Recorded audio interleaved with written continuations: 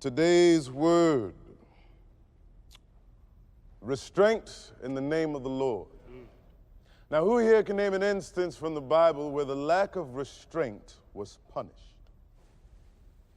Little Larry, go ahead, baby. In my last class, we, learned about Adam and Eve, and they were bad because they didn't listen to God. That's right, sweetheart.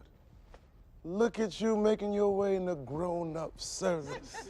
This little baby is right on it. Did Eve show restraint, little Aria? No, Pastor Childs. Did she ignore God's graces and allow herself to be swayed by temptation? Yes, sir, Pastor Childs. Yes, sir.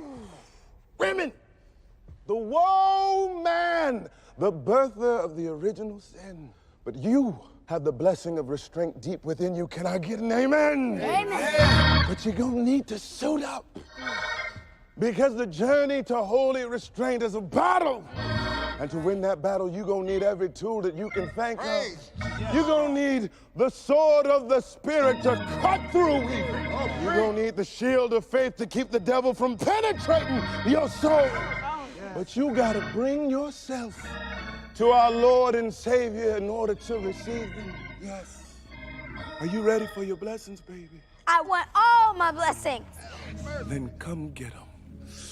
Oh, Jesus. Hallelujah. Oh, bless this child.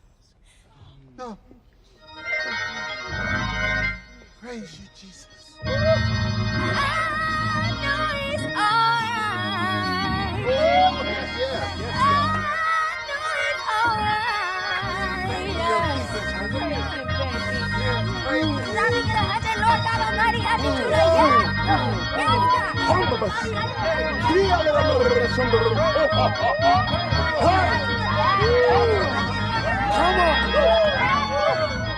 I love the theater.